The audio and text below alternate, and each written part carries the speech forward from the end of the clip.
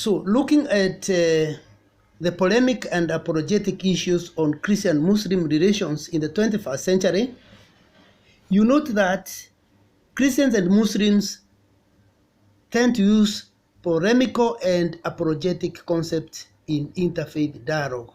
You know what we mean by polemical? You may know apologetic. Polemical, for example, there are journals that are called polemical journals. Journals that say such a thing is good. They are more of advertising journals.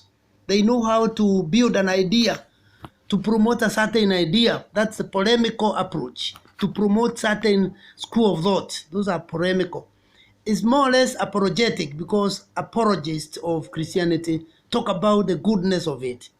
So you can see that most Christians and Muslims tend to be both polemical and apologetic, and they use the concept, such concept in interfaith dialogue. Of course, there is danger inherent in that. Some Christians and Muslims apologists attack the reliability of each other's doctrinal teachings. That is a danger zone. A danger zone. When you attack the reliability of one another's doctrinal teachings. I'm not sure whether sharing the testimonies as one good scholar of Islamic scholar who has just talked. Even I know you are a good scholar in Islam. I'm not sure whether a Christian should go and try to give out himself too much because my fear was I didn't want to comment because I'm still learning also. Some of these things, we are in school, all of us. Whether when you tell a Muslim your testimony, you are in-depth in your faith, who knows? Are you not going to make this person feel fear that you are biased because of your strong position? Okay, without necessarily you answering me, let me finish by saying those are the fear I have, but doesn't mean it is so. Just keep it as food for thought. Muslims tend to dismiss the Christian teaching of God as distorted. Is another polemical method. In the name of trying to show Islam is superior, as Kalume has talked about superiority complex and inferiority complex. Now, that in itself distorting other religion in order to win yours, people to your faith, win people to your faith, that is dangerous. That polemical and apologetic approaches remain a very dangerous zones. Likewise, Christians see Muslims as heretical or false teachers. You know what we mean by heretical? A heresy is a false teaching in religion. But in English, it is the same spelling, but it is pronounced heresy. But in religion, it is heresy, the same spelling. False teaching in religion. And when they are false teaching in religion, they are heretical teachings. I'm saying this because there are those who are not acquainted to these religious and theological jargons. Often, faithful make comparisons of belief between Christianity and Islamic teaching without a qualitative search in the charismatic concern of how each view of God affects how viable relationship can be qualified. When we talk about charismatic concern, what do we mean? Charisma is a Greek term for the word. Apostolic proclamation is called charisma. Mahubiri ya kikanisa inaitwa charisma. Somebody can tell you, I'm taking the charisma. When it is the act, it is charismatic. The process. Those who are missionaries take the charisma. The word in Greek, it is charisma. So what I'm trying to say is that in this search for concern of how each of them view God affects how viable the relationship can be qualified. As people take the charisma, the way you do it affects how you view the other person.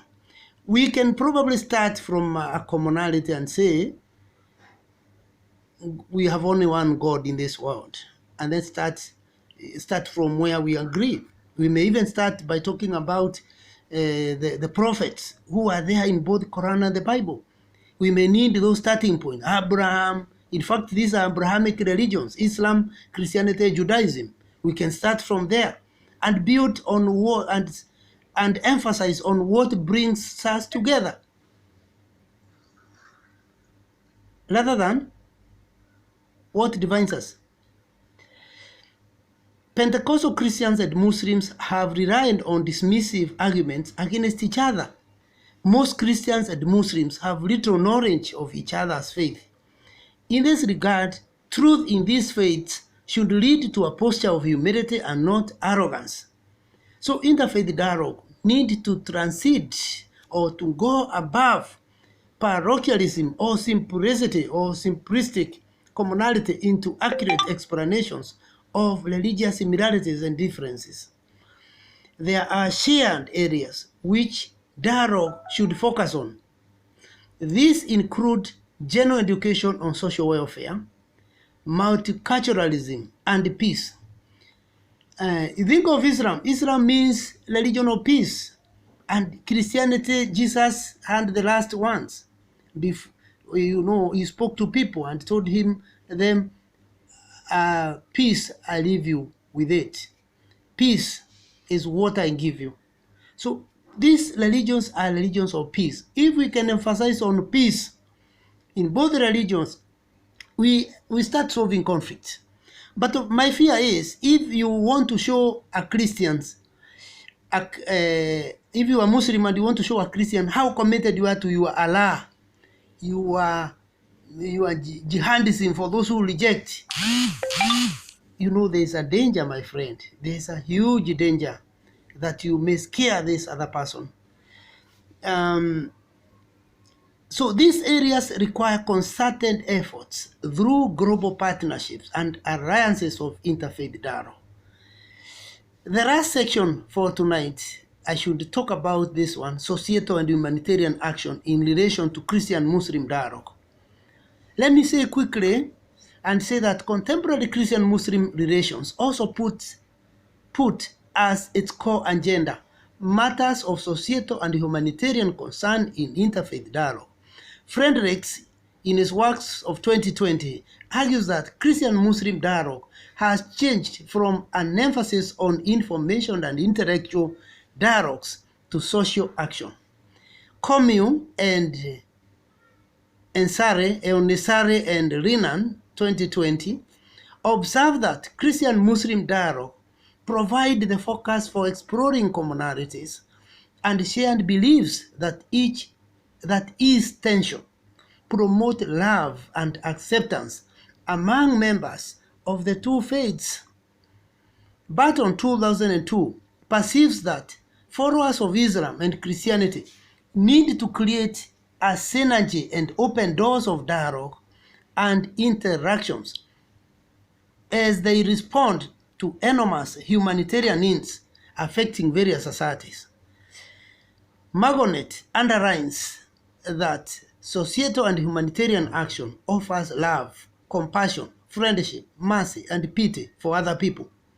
Margonet, 2003, and Rodahi, 2010, share similar views that the Quran, Surah 2, verses 148, and Surah 17, verses 22 to 30, and the Bible, Galatians chapter 5, verses 22 to 23, and Ephesians 1, 19 to 20, teach an ethic of human solidarity, a sense of responsibility and impulse towards altruism. Hamdon, 2010, argues that when Christians and Muslims ignore the spirit of human solidarity in their faiths, the middle ground is abandoned. As a result, hatred, division, exclusion, political infighting, and isolation mar a rich shared heritage and sacred space between these faiths. Consequently, Christians have endured to explore varying ways to engage with Muslims in an honest and healthy dialogue. Contemporary dialogue on societal and humanitarian action hopes to reduce physical humanitarian needs through religious compassion. burdens brought forward by wars, drought, famine, astronomical corruption, disease, and religious intolerance have threatened to destroy people, and thus religious co-working is an alternative to alleviate the vice. It is upon such assertion that the writer concurs with the above scholars that contemporary dialogue, devoid of past historical indifference, should create an atmosphere of mutual respect and compassion among these two faiths. Thank you very much.